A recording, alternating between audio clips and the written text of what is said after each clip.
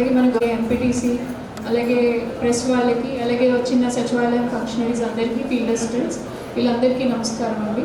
So మనకి special day వల్ల public hearing conduct చేయడానికి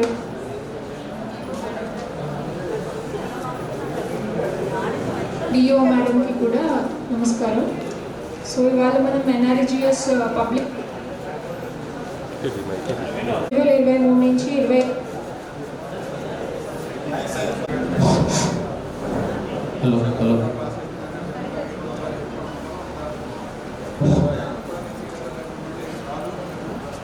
ఏప్రిల్ 1 నుంచి 31 మార్చ్ 2024 మధ్య జరిగిన మొత్తం ఎన్ఆర్జిఎస్ మీద మనకి వర్క్స్ మీద సోషల్ ఆడిట్ అనేది జరిగింది. సో మనకి 12వ తారీఖు జూలై 12 పబ్లిక్ హియరింగ్ అనేది కండక్ట్ చేస్తున్నాం. సో మనకి ఎంజీఎన్ఆర్జిఎస్ 24th ఫైనాన్షియల్ ఇయర్లో మనకి టోటల్ వర్క్స్ వచ్చేసరికి 552 నాన్ పిఆర్ డిపార్ట్మెంట్లో మొత్తం వేజ్ జనరేట్ చేసింది 5,27,46,46,362 రూపాయలు. సో 8,63,345 రూపాయలు. సో మనకి పిఆర్ డిపార్ట్మెంట్లో 72 వర్క్లు ఐడెంటిఫై చేశారు. సో దానికి మెటీరియల్ పేమెంట్ అనేది 1,02,88,980 రూపాయలు. సో మొత్తం గ్రాండ్ టోటల్ వర్క్స్ వచ్చేసరికి 624 వర్క్స్ చేయడం జరిగింది. సో మొత్తం మనకి జీపీస్ 15 జీపీస్లో 10 హ్యాబిటేషన్స్లో ఈ వర్క్ అనేది కండక్ట్ చేయడం జరిగింది. సో దీనికి సంబంధించిన మనకి పబ్లిక్ హియరింగ్ వాళ్ళు సో ఈ సోషల్ ఆడిట్ టీమ్ అందరూ వచ్చి కండక్ట్ చేయడం జరిగింది. డిఆర్పీస్ మొత్తం గత 16వ విడత సోషల్ ఆడిట్ ఇక్కడ జరిగినప్పుడు 16వ రౌండ్లో మనకు 3,462 రూపాయలు మాత్రం సోషల్ ఆడిట్లో అబ్జెక్షన్ గుర్తించడం జరిగింది. వేదికను అలంకరించినటువంటి స్థానిక మండల పరిషత్ అధ్యక్షురాలు వారికి, అట్లాగే వేదికను అలంకరించినటువంటి ఈనాటి సామాజిక తనిఖీ ప్రిసైడింగ్ ఆఫీసర్ వారు, నేమ్స్ ప్రాజెక్ట్ డైరెక్టర్, తర్వాత ఎస్ఆర్పి గారు, డిపిఎం గారు, అట్లాగే స్థానిక ఎంపీడీఓ గారు, ఇక్కడ ఇచ్చేసినటువంటి ప్రజాప్రతినిధులు, గ్రామ పెద్దలు, వివిధ శాఖలకు సంబంధించినటువంటి అధికారులు అందరికీ నా నమస్కారం. పాత్రికేయులకు నా పేరు నిర్మలాదేవి అండి. నేను డిస్ట్రిక్ట్ విజిలెన్స్ ఆఫీసర్గా చేస్తున్నాను. ప్రతి ఆడిట్ జరిగినప్పుడు ఏం చేస్తామంటే గత ఆడిట్లో వచ్చినటువంటి అభ్యంతరాలు దాని మీద మేము తీసుకున్న చర్య తెలియజేస్తాము. గత 16వ రౌండ్లో ఇక్కడ ఆడిట్ జరిగినప్పుడు మండల పరిషత్ అభివృద్ధి అధికారి వారి ఆధ్వర్యంలో జరిగినటువంటి ఈజీఎస్ పనులలో 3,462 రూపాయలు అబ్జెక్షన్స్ ఐడెంటిఫై చేయడం జరిగింది. సంబంధిత సిబ్బంది నుంచి అమౌంట్ రికవరీ చేయడం జరిగింది. తర్వాత పంచాయతీరాజ్ వారి నుంచి 21,599 రూపాయల అబ్జెక్షన్స్ గుర్తించడం జరిగింది. ఆ డిపార్ట్మెంట్ వారు దీన్ని పరిష్కరించాల్సి ఉంది. Thank you very much. చేయడానికి వచ్చిన వారిలో డిఓ మేడం వచ్చారు, నిర్మలాదేవి మేడం వచ్చారు, అలాగే మన ఎస్ఆర్పి గారు, నాగరాజు గారు, డిపిఎం గారు, వెంకటరమణ గారు. సో అలాగే మన గౌరవ పిడి డోమా సార్ వచ్చారు, ఎంపీపీ గారు రావడం జరిగింది. సో మేడంని, ఎంపీపీ మేడంని కూడా మాట్లాడడానికి ఈ కార్యక్రమానికి ఇచ్చేసిన ఎంపీపీ గారికి, ఎంపీడీఓ గారికి, డిస్ట్రిక్ట్ విజిలెన్స్ ఆఫీసర్ గారికి, డిపిఎం గారికి, డిఆర్డిఏ అండ్ ఎస్ఆర్పి గారికి, గౌరవ ప్రజాప్రతినిధులు, సర్పంచులు, ఎంపీటీసీలు, ఉపాధ్యాయ సిబ్బందికి, గౌరవ పాత్రికేయులకు, both electronic and print media వారికి 50 మందికి ముందుగా నమస్కారం. ఉపాధి హామీ పథకం జనరల్గా మనం ఏదైనా సరే తనిఖీ చేసినప్పుడు తనిఖీలు ఏమి వచ్చినాయి అనే దానిపైన ఎక్కువ ఆసక్తి ఉంటుంది. ఈ తనిఖీ ప్రక్రియ ఏంటి, ఎందుకు ఇది పెట్టారు, అసలు భారతదేశంలో అంతా ఇలా జరుగుతుందా, మొట్టమొదటిగా ఎవరు పెట్టారు అనేది గమనించుకుంటే చట్టంలో చాలా అంశాలు ఉంటాయి, కానీ అన్నీ అమలు కావు. భారత రాజ్యాంగంలో చాలా మనకి హక్కులు ఇచ్చారు. అన్ని హక్కులు అమలు కావు. ఎందుకంటే మనం హక్కుల్ని సాధించుకోవాలి. పోరాడటానికి కానీ మనకు హక్కులు రావు. ఏదైనా సరే మన ప్రజాస్వామ్యంలో eternal vigilance is the price of democracy అంటారు. అంటే మనం విజిలెంట్గా ఉంటే ప్రజాస్వామ్యం బాగుంటుంది. మనం విసురు అంటూ ఉంటే ప్రజాస్వామ్యం వర్దిల్లదు. అంటే మొక్కేస్తే మనం దాన్ని సంరక్షించుకోవాలనేది ఎలా అవసరమో ఈ వ్యవస్థను కూడా సంరక్షించుకోవడం అదే అవసరం. అయితే ఈ చట్టంలో పెట్టిన ఈ ప్రావిజన్ ఏదైతే సోషల్ ఆడిట్ ప్రక్రియ, పారదర్శకంగా ఆడిట్ చేయడం ప్రక్రియ ఏదైతే ఉందో అది భారతదేశంలో మొట్టమొదటిగా ఆంధ్రప్రదేశ్లో ఇంప్లిమెంట్ చేశారు. ఇది ఇంప్లిమెంట్ చేసిన తర్వాత ఇలాగ మిగతా రాష్ట్రాలు ఎందుకు చేయడం లేదు అని ఎవరు క్వశ్చన్ చేశారు. సుప్రీంకోర్టుకి వెళ్ళారు.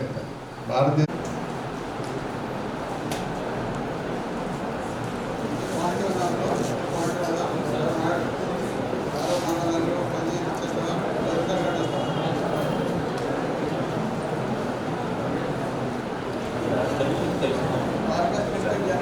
సార్ క్యాల్కులేషన్ మిస్టేక్ జనరేట్ అవ్వదు కదా సార్? అవ్వదు సార్. క్యాల్కులేషన్ లేదు సార్. వర్క్ ఉంటే కనుక వాళ్ళు వర్క్ చేస్తారు సార్.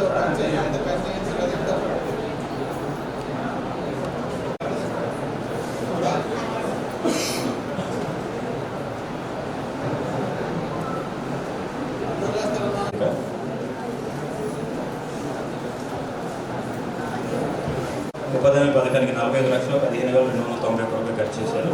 పంచాయతీరాజ్ శాఖకు సంబంధించి 16,97,188 రూపాయలు ఖర్చు చేయడం జరిగింది.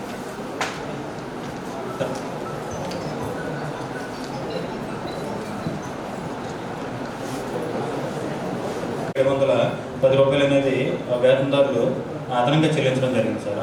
వేతనదారులు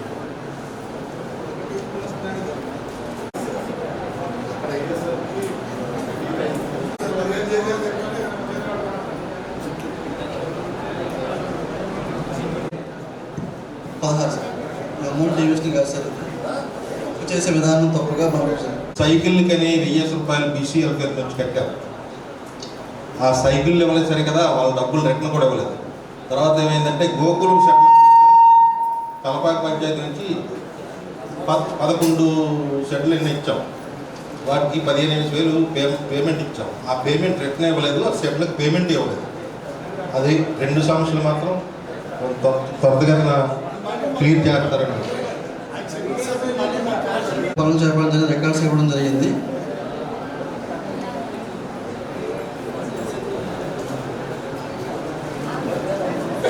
కంప్యూటర్ ఆపరేటర్ వారు 90 మొక్కలు నమోదు చేయడం వల్ల 60 మొక్కలకు సంబంధించి అదనంగా చెల్లింపు చేసి గమనం జరిగింది సార్. 13 అంశాలు సార్.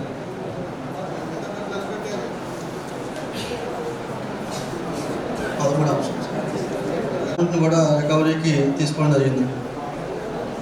Thank you sir. దానివల్ల గొర్రెలు వచ్చి వాటర్ తాగుతుందా చాలా సంతోషకరమైన విషయం. మంచి ఎగ్జాంపుల్ చెప్పారు. అంటే ఈ ఉపాధి హామీకి గుడ్ ఎగ్జాంపుల్. సో మేము అంత మంచి పని చేస్తున్నాము, బట్ మాకు ఒకటే కొరుతుంది, మాకు ఫీల్డ్ అసిస్టెంట్ లేరు గత 5-6 సంవత్సరాల నుంచి. ఇది మీ దృష్టికి ఆల్రెడీ తీసుకురావడం జరిగింది, మీకు తెలుసు, బట్ మళ్ళీ రిపీట్ చేస్తున్నాను సార్.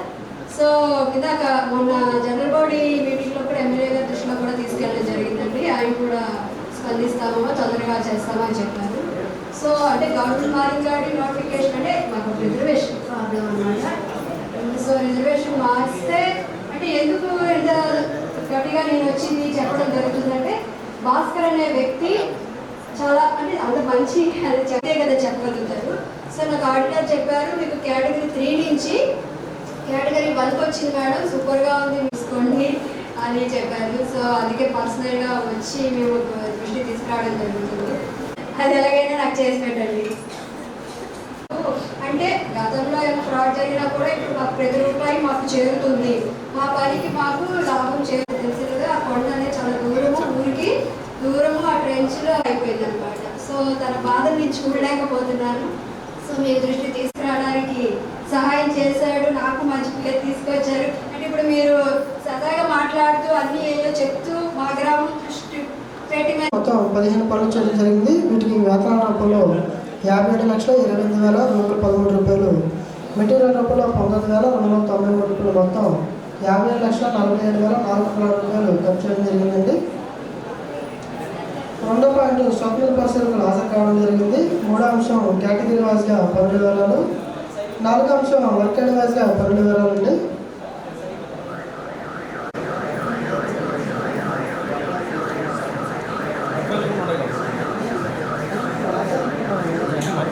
దీనిలో మనకి 3,723 క్యూబిక్ మీటర్లు అనేది రావడం జరిగింది. తేడా వచ్చేసి 350.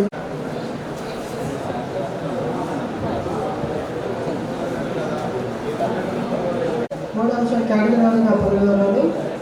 నాలుగో అంశం వర్క్ అండ్ వైజ్గా 10 వివరాలు అండి. ఐదో అంశం జాబ్ కార్డ్ వివరాలు సార్. ఆరో అంశం కులాల వారీగా జాబ్ కార్డ్ వివరాలు అండి.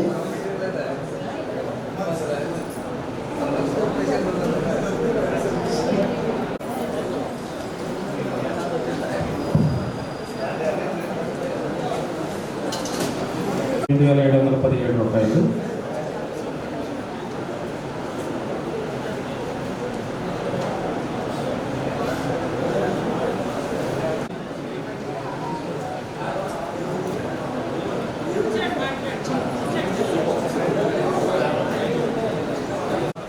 పేమెంట్ చేసే సార్ ఒక్కొక్క బోర్డు కానీ 3,600 చొప్పున 8,200 రూపాయలు అనేది పేమెంట్ అనేది బ్యాంక్ అకౌంట్ తెలియదే సార్. ఒక సైడ్లో బోర్డు పెట్టలేదు సార్.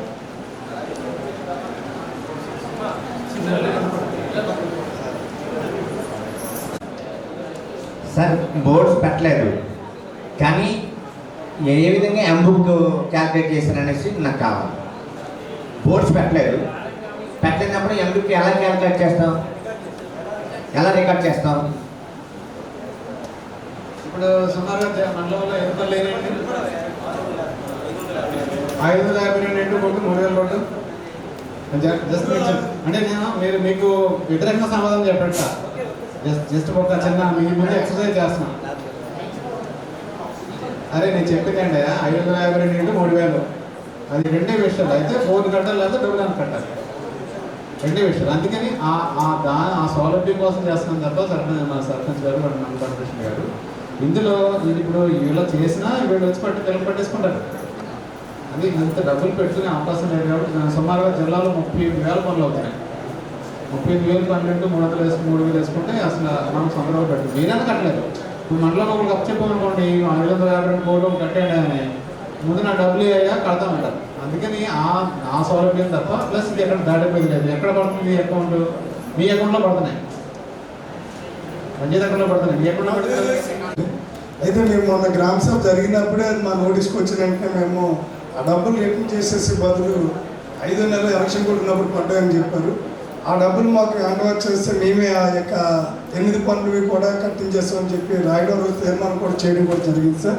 100% మేము ఒక 1 వీక్లోనే స్టార్ట్ చేస్తాం. వర్షాలు పోయినా అవి కట్టించేస్తాం సార్. నేను తీర్మానంలో కూడా అదే రాశాను సార్. నేను అదే రాశాను సార్. అలా 1 వీక్లో స్టార్ట్ చేస్తాం సార్.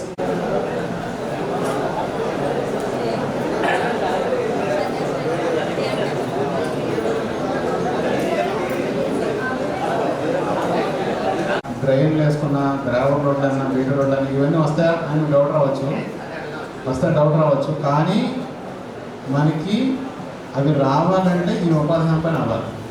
ఇప్పుడు ఉపాధి హామీ అనేది 2 అంచెల కట్టడం లేదు, అటు ఇటు 10 ఉంటుంది. ఇప్పుడు మన ఉపాధి హామీ పథకాన్ని మనం అణిచిపెట్టేసి తక్కువ చేసుకుంటే ఈ రోజున మనకి గవర్నమెంట్ ఆఫ్ ఇండియా నుంచి సుమారుగా ఉపాధి హామీ వేతన రూపంలో 26 జిల్లాలకి 4,000 కోట్ల పైన మనకి వేతన డబ్బులు వచ్చినాయి. 4,000 కోట్లు. మనము 100 కోట్లు తెచ్చుకోవాలంటే అలా పైకి ఎందుకు 100 సార్లు తిరగాలి. 100 కోట్లు 4,000 కోట్లు అక్షరాల్లో మన అకౌంట్లో పడిపోయినాయి. ఇందులో 2/3 అనేది మనకి మెటీరియల్ కాంపోనెంట్లు మళ్ళీ అదనంగా ఇస్తారు. ఇది కాదు ఊరి డబ్బులు వచ్చేస్తే మరి మనం సీసీ రోడ్ వేసుకున్నాం డబ్బులు ఎక్కడి నుంచి వస్తాయంటే ఇప్పుడు 2/3 అనేది మనకి మెటీరియల్ కాంపోనెంట్ రూపంలో గవర్నమెంట్కి ఇస్తారు. అది మన దగ్గర రాదు. మీరు అన్నారు ఇస్తారా? మన గవర్నమెంట్ దగ్గర వస్తే గవర్నమెంట్ ఎక్కడెక్కడ అవసరాలు ఉన్నాయి. ఇప్పుడు మనకి సడన్గా ఈ ఎకానమీ ఎలా డెవలప్ అవుతానికి మనము 2021లో విశాఖపట్నం జిల్లాలో 39 మండలాలు కలిపి 1000 కోట్లు పనిచేస్తాం. ఒక్క విశాఖపట్నం జిల్లా 1000 కోట్లు పనిచేస్తాం. ఒక ఎకానమిస్ట్ అనాలిసిస్ ప్రకారం అందరూ ఎడ్యుకేటెడ్ కాబట్టి దాని మూలంగా 2000 కోట్ల కూడా టర్న్ ఓవర్ జరుగుతాడు. వస్తువులు కొంటాం, వస్తువులు తెస్తాడు, వస్తువులు తయారు చేస్తాడు, వస్తువులు ఏమైనా పండిస్తాడు. పండించేవాడు, కొన్నవాడు, మిల్లువాడు, ట్రాన్స్పోర్టేషన్ వాడు, చిన్న రిటైలరు, హోల్సేలర్, వీళ్ళందరూ కూడా కలిపితే ఇది 2000 కోట్ల రూపాయల దానికి మల్టిప్లికేషన్ అవుతుంది.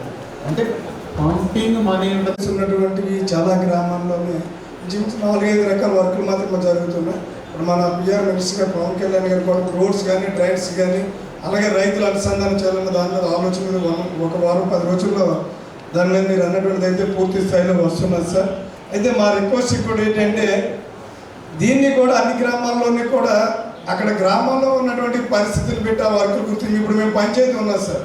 మేము ఎన్ఆర్జీఎస్కి ప్రతి సంవత్సరం కూడా ప్రణాళిక తయారు చేసుకొని తీర్మానం చేసుకుంటాం. ఎన్ఆర్జీఎస్ ప్రత్యేకంగా దాంట్లో అన్ని రకాలైనటువంటి వర్కులు కూడా గుర్తించి మేము తీర్మానం చేస్తున్నాం.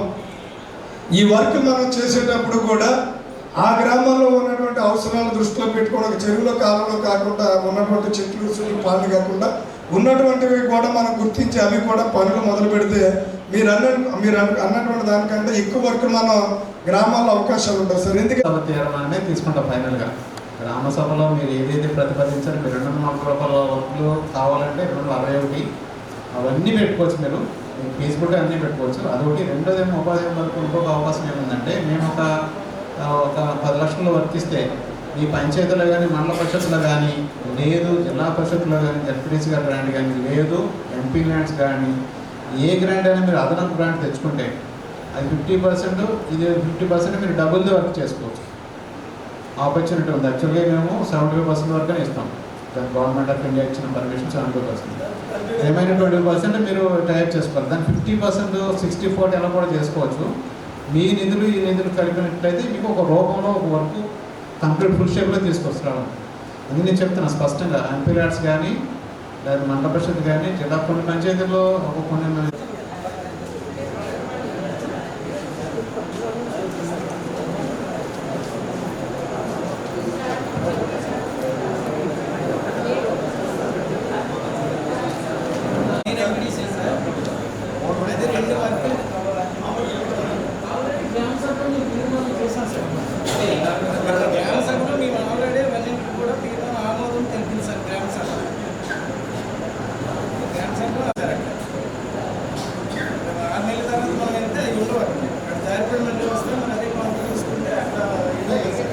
పదహారాంశం కూడా చెరువు సార్. పదహారాంశం కూడా అదే చెరువు సార్. పదహారాంశం కూడా అదే చెరువు సార్. ఇది జగ్గ చెరువు. ఇందులో కూడా వేరియేషన్ రావడం సార్. ఆ పంచాయతీ వర్క్ పూర్తిగా చేయడానికి మాకు వదిలిపెట్టండి.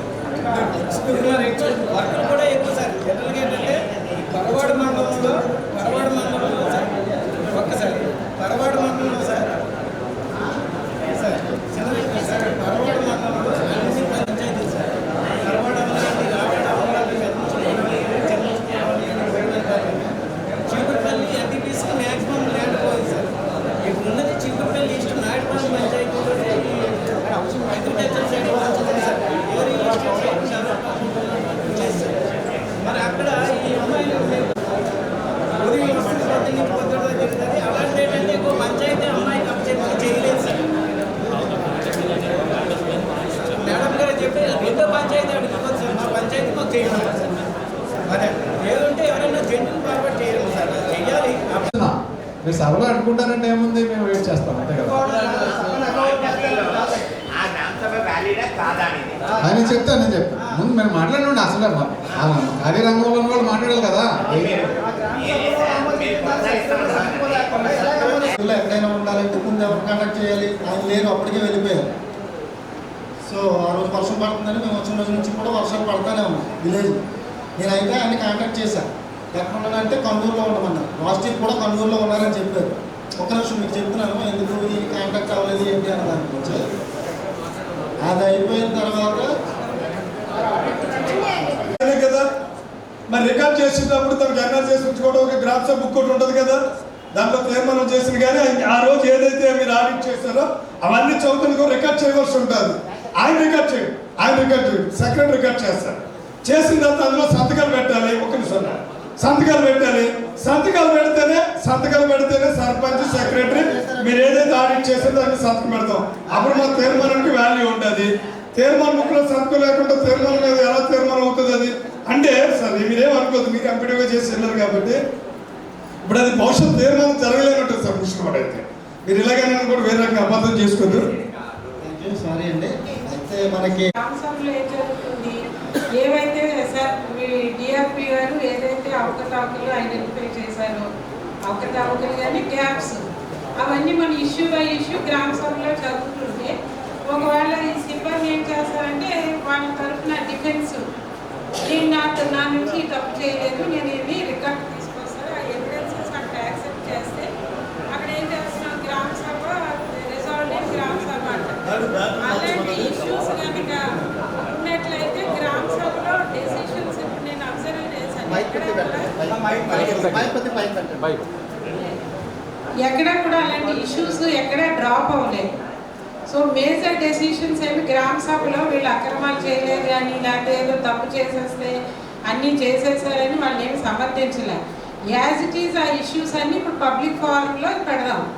మీరు ఏది నిర్ణయిస్తే ఎందుకంటే ఎక్కువ మేజర్ పీపుల్ అందరూ వచ్చారు కనుక మీరు ఏది డిసైడ్ చేస్తే అది అయితే చేసేటప్పుడు ఏంటంటే మీరు వ్యక్తుల మీద ఒక ఇది అని కాకుండా రియల్గా విలేజ్లో ఏం జరిగిందో అది చేయండి. ఎందుకంటే ఇప్పుడు నేను అబ్జర్వ్ చేశాను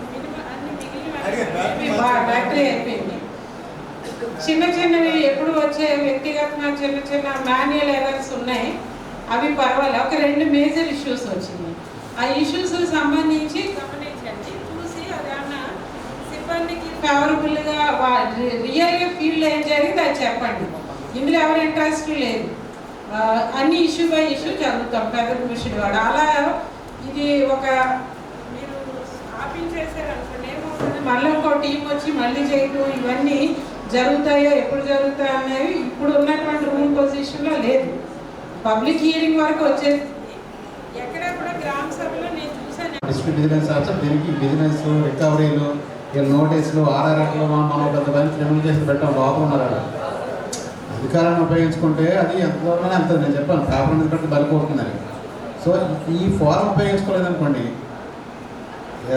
project director, district business officer, NPDO, SRP ఈ ఫోరం ఒకటి ఉంది. మీకు 2వ ఫోరం ఇది. ఫస్ట్ ఫోరం గ్రామ సభ అయిపోయింది, 2వ ఫోరం ఇది. ఫస్ట్ ఫోరంలో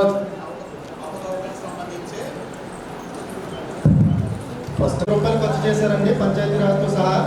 59,24,542 రూపాయలు అన్నది ఖర్చు చేయడం జరిగిందండి. దీనికి సంబంధించిన రికార్డు తనిఖీ బృందం వారికి అందజేశారు. తర్వాత గ్రామ సభకి 32 మంది హాజరయ్యారు. ఇండిపెండెంట్ అబ్జర్వర్ ఎంఈఓ గారు హాజరయ్యారండి. 3వది 15 పనులు ప్రాజెక్టు వారిగా పనుల వివరాలు.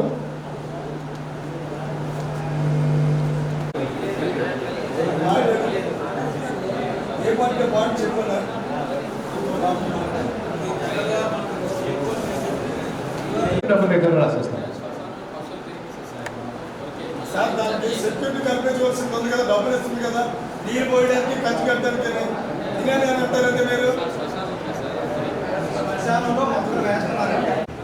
అంటే ఏం లేదు సార్, దీనికి శ్మశానంలో అయితే మొక్కలు అయితే కొంత మీద భయం చాలా ఎక్కువగా ఉంది. మా ఎస్డబ్ల్యూపీసీ షెడ్లోని వేస్ట్ కలెక్షన్ డబ్బాలు, సీసాలు, ప్లాస్టిక్ ఐటమ్ ఉంటే అయ్యే పట్టుకెళ్ళిపోతున్నారు. తర్వాత ఇంకొక విషయం ఏంటంటే అక్కడ మొక్కలు వేస్తుంటే ఎండాకాలం మాత్రం అస్సలు బతకడం లేదు సార్. అక్కడ వాటర్ ఫెసిలిటీ లేదు, ఒక చిన్న బోర్ ఉంది, ఆ బోర్తోనే కల్పించుకుంటున్నారు. ఖర్చు కట్టిన తర్వాత మెయింటెనెన్స్ పంచాయతీ బాధ్యత. ఈ సెక్రటరీ గారు మీరు ఈక్వల్గా నేను సెకండ్ టైం మీకు రికవరీ రాసేస్తాను. ఎందుకంటే మీకు గవర్నమెంట్ సర్కార్ ప్రకారము ఈ మొక్కలు చూసుకునే బాధ్యత పంచాయతీదే.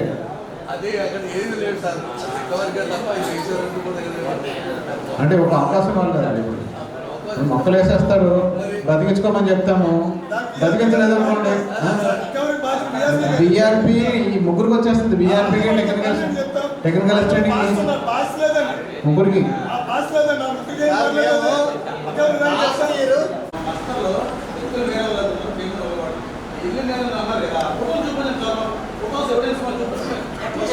మీరు గైడ్లైన్స్ ప్రకారం చేసి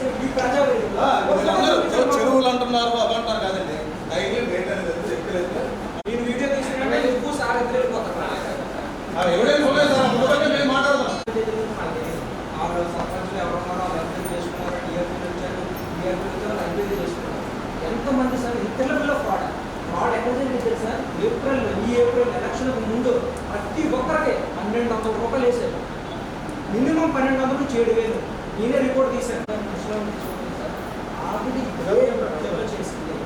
ఒక్క ఫోటో చూపించమంటే ఆవిడ నాకు డైరెక్ట్ చెప్పింది ఒక్కడ